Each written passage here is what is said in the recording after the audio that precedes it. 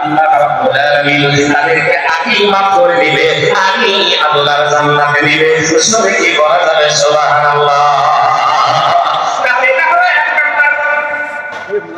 والكاظمين الغيظ والعافين عن الناس والله يحب المحسنين। মুসলমান বন্ধুরা আমার, আমি আগেই কথা আপনাদের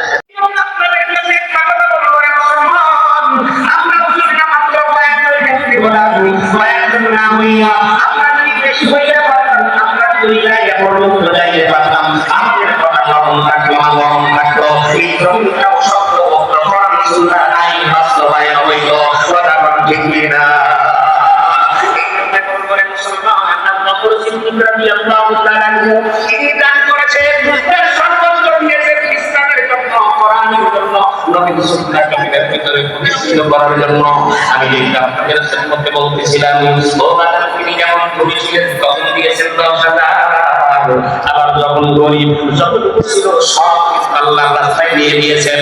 তার মানে হলো ইউনফিকুনা ফিস সাররা